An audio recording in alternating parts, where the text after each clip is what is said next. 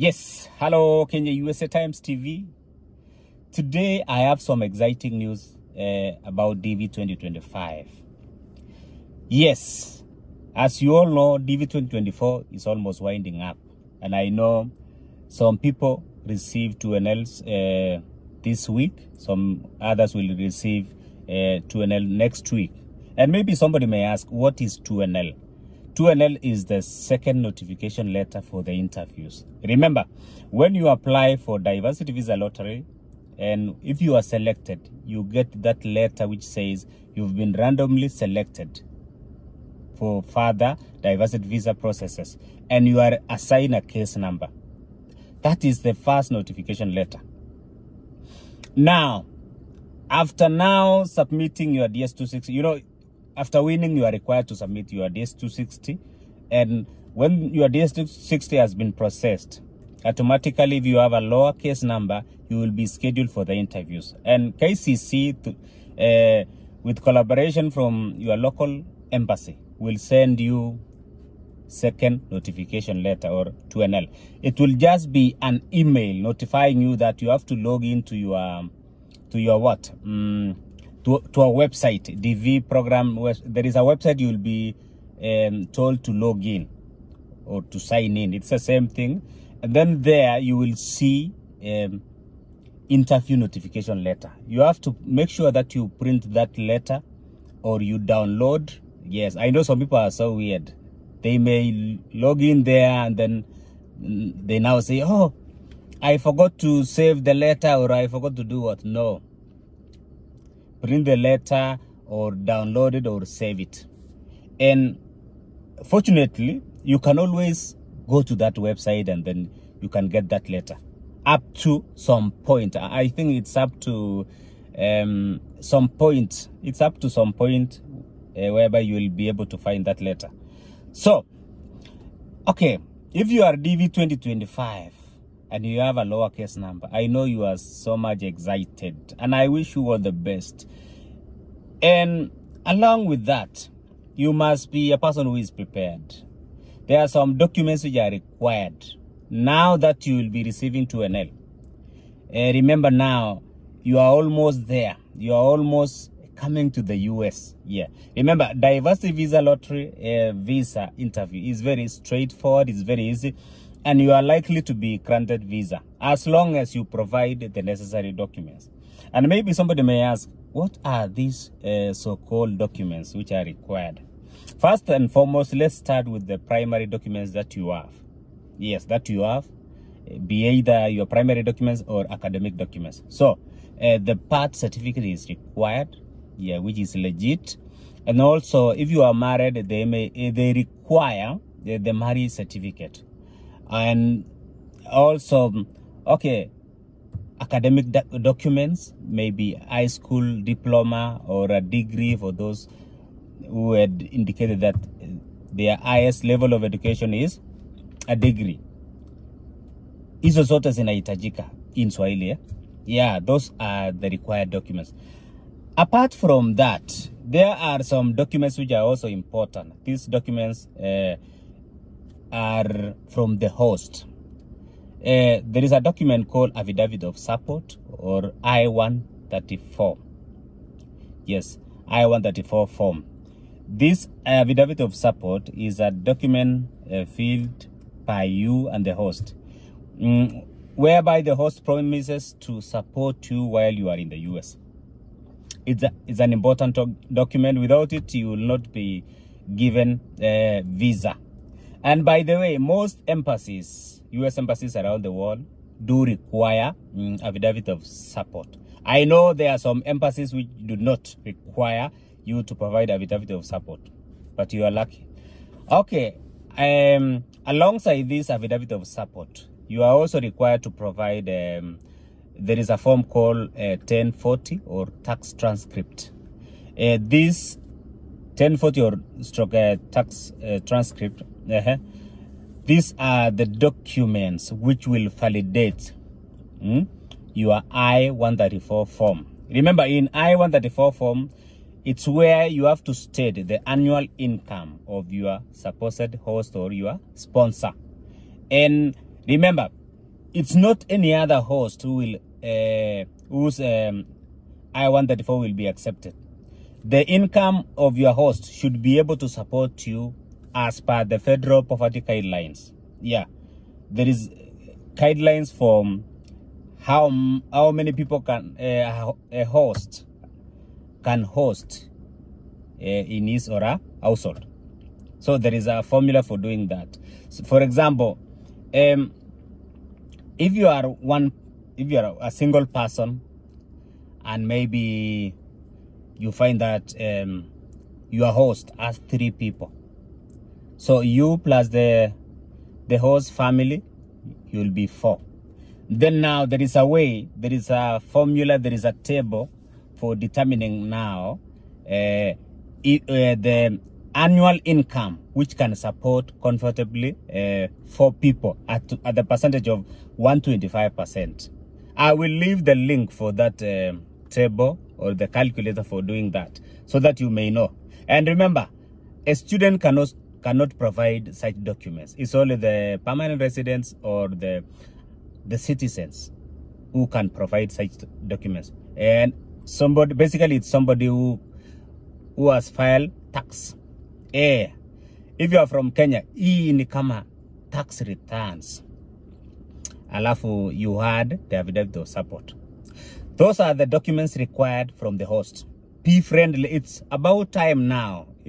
If you are a DV-2025 winner, it's about time that you make networks, you connect with the friends in diaspora, ask them if they can provide you with those documents. And sometimes, some people even do sell. I've seen there is okay, I've heard some people buying the documents.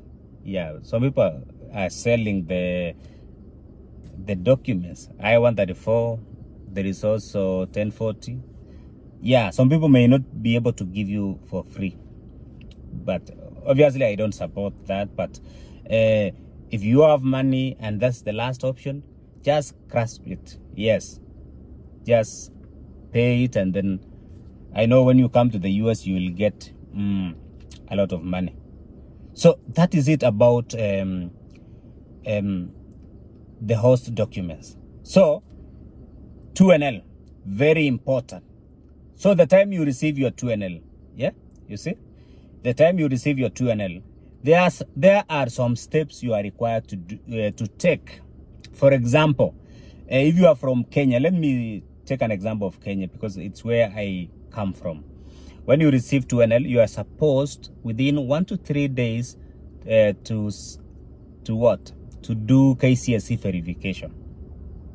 You go to NEC portal, and then you upload your KCSE, that's high school diploma there, and then you pay, I think, 2,300 and something Kenya shillings. And then NEC, which is an examination body, will send the verification report to the embassy to show what? To show that your KCSE certificate is legit. Yes, and by the way, the degree, if you have a degree, that one cannot be evaluated by NEC. You just do the KCSE. Even though you had indicated that your highest level of education is a degree, you don't evaluate or verify the degree. You do the bare minimum, which is high school diploma. That's what I did. Even though personally I have a degree, I indicated that Nikon a degree. And even though I said that in my initial application, I had to verify my KCSE certificate because that's the bare minimum and it's acceptable that way. And also, if you had indicated that you have a degree, you have to take that degree also certificate during the interview, the physical copy of it. So I know maybe for some people, labda, let me say in Swahili, labda bado unadaiwa kwa shule, or maybe you have some arrears in school, you've not cleared fees, and maybe the school cannot be able to give you the certificate. Make an effort of doing that. Sell some, some assets and go and get the high school certificate or maybe that degree and so forth. It's very important. So be prepared. And then after KCSE verification, you have to schedule for the medical.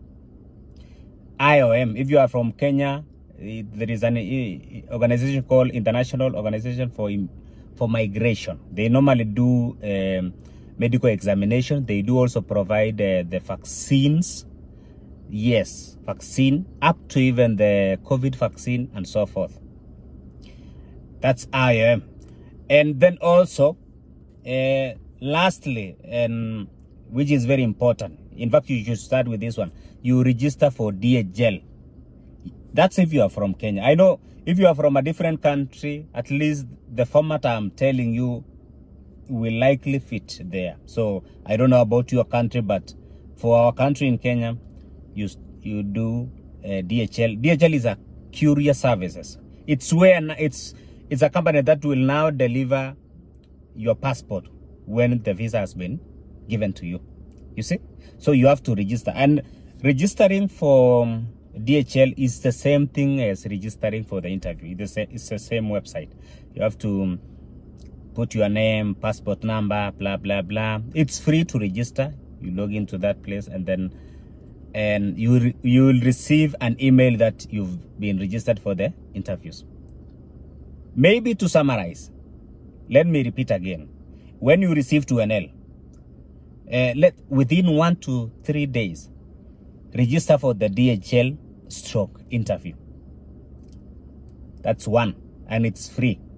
2, do KCSE verification or high school diploma verification. I don't know if you are from another country which is not Kenya. I'm just saying this based on my experience from Kenya. So sorry for that. So high school certificate verification. And then number 3, you have to book for the medical. And maybe somebody may ask, how can I book for medical? You go into the same website you applied, diversity visa lottery, especially that part which say preparation for the interview. I will leave the link for that. Preparation for the interview, registration for the interview. You have to search for your local embassy. For example, if you are from Kenya, you'll look for Nairobi embassy, and then you click there, and then it will tell you to register for the DHL or register for the interview. And then inside there also you will be told to register for the medical examination, and you will be given the email address to use to communicate with IOM, which is the body which will deal with the medical examination. So you'll have to email IOM, and you have to attach the passport bio page. Your passport bio page. You'll also have to attach a DS-260 confirmation page. You'll also have to attach what else again? Your 2NL interview notification letter. So if you are from another country, I know it could be the same format. So bear with me, because I may not know how you do it in your country. But in Kenya, that's how we do it. So those are the 3 most important things you have to do after receiving 2NL. And the most important thing, communicate with the host, prepare those documents. Okay, I have a video on how to fill I-134 form. If you want to know how to fill, check one of my videos, watch it, give it a like, subscribe if you've not subscribed, and you will learn how to fill affidavit of support, and then how your host will need to fill it also. So that is it about preparation. You know, if you are not prepared, you are likely to be denied visa, because if you don't have affidavit of support, if you don't have birth certificate, if you don't have a passport, if you don't have a marriage certificate, how will we help you? How will the embassy help you? No, you have to prepare. And there is no excuse telling us that, okay, I cannot find the... No. This is very important. It's an important opportunity. You've been randomly selected. Not many people are selected. So don't waste that time and saying, oh, I don't have this. No. There is always a way out. if you have to sell some resources, if you have to borrow some money, just do something. If you have to sell your share of land, do it. I know when you come to the US, I can testify to you that you will get money to buy back whatever you lost. So I want to encourage you, those who will receive 2NLs, DV-2025, please, please, please make sure that you follow the right procedure. Yes, interview registration, booking for the medicals, and then KCSE verification, and then also you start communicating with your host to fill the, ask your host to fill the I-134 form, and then to send you also scan copy of the passport or driving license or green card, but not Kenyan passport. When I say if that person is a US citizen passport. So majorly, I think you'll need to ask for driving license. That's okay. Yeah, because if you say passport, somebody may send you your home country passport, which should not be accepted. So that is very important.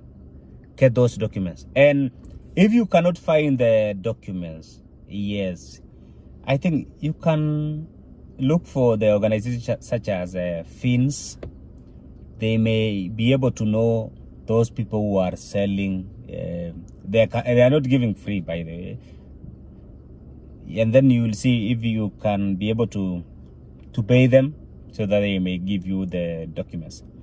I don't know. If that's the last option, I don't think it's a bad idea. But most importantly, look for people. Most people will give you for free. Yeah. So I wish you all the best. Those who will receive 2NLs, those with lowercase numbers, for example, from 1,000. No, okay. It's not 1,000. From 1 to, let's say, from 1 to maybe 5,000. Those people will receive 2NLs mid-August. And for which interviews? For October interviews. And then the next month also it will follow. It will be for November interviews and so forth.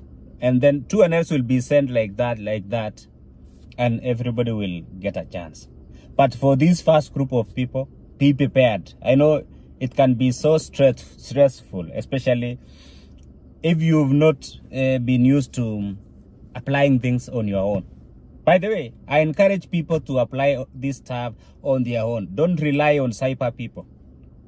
I've seen some people making mistakes, silly mistakes, because they trusted cyber guys. Trust yourself. Here in the US, there is nobody, most of the things are online, and there is nobody who will apply for you some applications. So learn to trust yourself and be ready.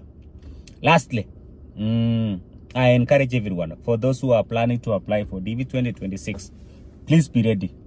It was about this time. I remember during my time, it was around August there. That was the time I prepared my photos. Do research about the required photos for diversity visa lottery. I know DV lottery is a lottery, but if you play your part, getting the right photo, at least you'll be a step ahead of the rest. So thank you guys. God bless you so much. Bye bye.